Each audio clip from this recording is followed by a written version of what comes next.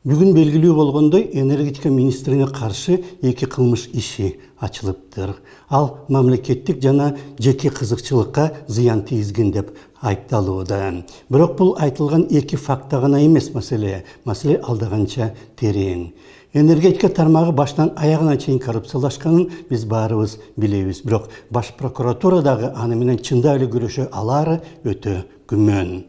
Саламаттык сактоо министрине каршы дагы 7 кылмыш иши ачылган. Бирок алардын бири эле кыскартылганда ал оюндан чыгып башка жогорку кызматка дайындалып кеткен. Калган иштер аягына чейин чыгаары өтө күмөн. Эч ким антип ойлобойт азырынча. Ошондуктан баш прокуратура канча кылмыш ишин ачса дагы коррупционерлерге каршы алар жазаланбай жатканын дагы биз баарыбыз көрүп турабыз.